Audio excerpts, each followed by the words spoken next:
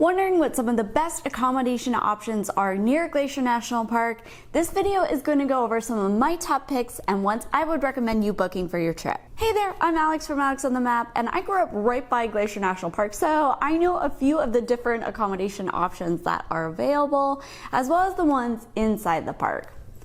We're not going to go into those in this video, and I will have a separate video on this topic, but we are going to talk about the ones you can find near the park, which might be a little less expensive and book up a little less quickly. One of the reasons I recommend staying as near to the park as you possibly can is because Glacier National Park has had a reservation system over the past few years. This means you either have to get up really early and get in before 6 a.m. or you have to have that reservation ticket in hand when you arrive. I have a whole video about this that you are definitely going to want to check out if you are headed to Glacier, but just know that the closer you stay to the park, the more likely you're going to have an easier time getting up if you need to and getting in before that 6 a.m. limit. I'm going to share a few different accommodation options that are located in the Flathead Valley next to Glacier National Park that you should be aware of. But before we get started, I'm going to recommend a quick tip for you. If you do have the accommodations you would like picked out and you're not liking the prices, set an alert on Google to see whether or not they will fall during certain times of the year. This is also why I recommend planning your Glacier trip at least 8 months in advance, and if not more if you can. All right, we're going to jump into some lodging options right next to the park, maybe about 10-15 minutes away. Obviously, these tend to be a little bit more expensive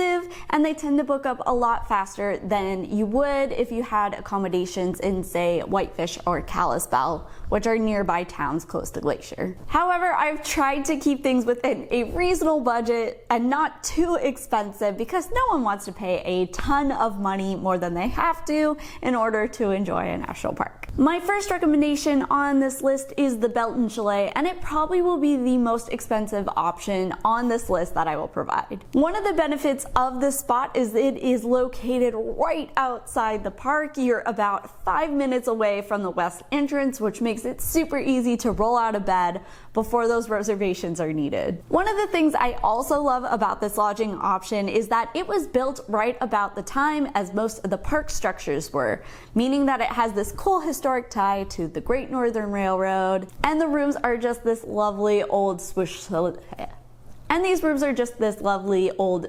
chalet style that you'll see throughout the rest of the park as well. Another great thing about this spot is that it also has a fine dining restaurant, and it has won several different awards for its cuisine. Again, this isn't the cheapest option by far. You can expect to pay a little bit more than you would at some of the other accommodation options I'm going to offer. During the summer, I would expect to pay around $250 per night, but that's if you book very solidly in advance and it's not last minute. If you do plan on booking last minute, it can be upwards of $300, $400 per night, so just keep that in mind. The next option I'm going to go over is the Great Northern Resort, which is also located really close to Glacier. It's only 10 minutes away from the west entrance of the park, again making it really easy for you to get in before those reservations are required. It is also a lot more affordable than the Belton Chalet. I would expect to pay around $200 a night, and it's great for families as well. Amenities are a bit more limited than you would expect from a regular hotel room because it is a lodge and you are staying in cabin-like rooms. This would be my choice for families with young kids just because it is a very casual atmosphere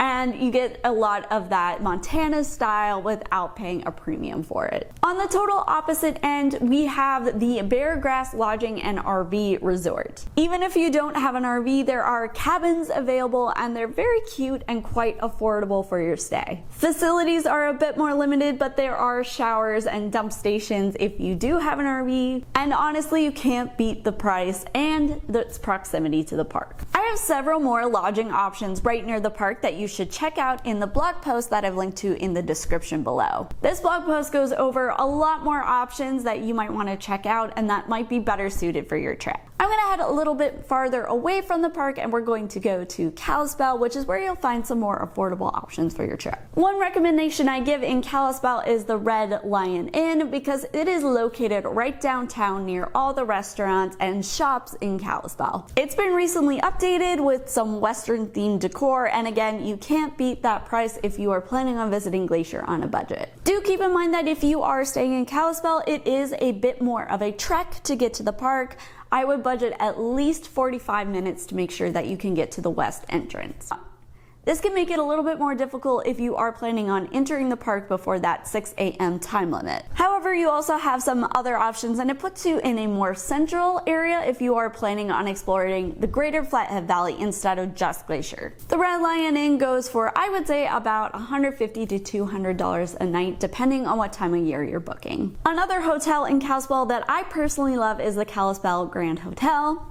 It's actually where my husband and I spent our wedding night, which is kind of fun. And it's also located in a central spot in Kalispell, making it easy to get around from one place to the next. They recently updated their lobby and it looks fantastic, if I do say so myself. You're paying about the same price as you would at the Red Lion, which is about $150 to $200 a night, depending on what type of year you're visiting. Obviously, if you're visiting in the summer when Glacier is in full force, then it will be more expensive than visiting, say, in the fall or winter. All right, we're gonna head north to Whitefish, which is where many people choose to base their Glacier National Park trip because it is only about 30 minutes from the west entrance of the park. Plus, there's a lot of cute shops and great restaurants in that small town. I'm gonna hit you with the most expensive option first. The Lodge at Whitefish Lake is an amazing complex where they have some fantastic food and some high-class rooms. It's a great spot if you want to splurge a little bit with your family because they have a number of different room options to suit your needs. It's not just your standard king queen suite that you would normally get at a hotel. If you do stay at the Lodge, I recommend eating at their restaurant, and again, although it's on a bit of the pricier end, the food is fantastic. Plus you get a view of the beautiful Whitefish Lake right at your doorstep. Be prepared, I would expect to pay at least $400 a night at this spot. For another quality option that is located downtown but also is a little less pricey is the Firebrand Hotel. This is a fairly new hotel located right downtown, so you have easy access to all the restaurants and shops and cute stuff you can find in Whitefish. I would also recommend it if you are planning on visiting during the ski season because it has this beautiful roaring fireplace in the lobby and it also has a great restaurant for your après-ski. It's also only a 30-minute drive to Glacier National Park, so that makes it an ideal spot for a place to rest after the end of a long hiking day. While not as pricey as the Lodge, I would expect to pay around $300 a night for this spot. We're actually going to move a little bit closer to Glacier now, and we're going to look at some prices that might be a little bit lower for your trip too.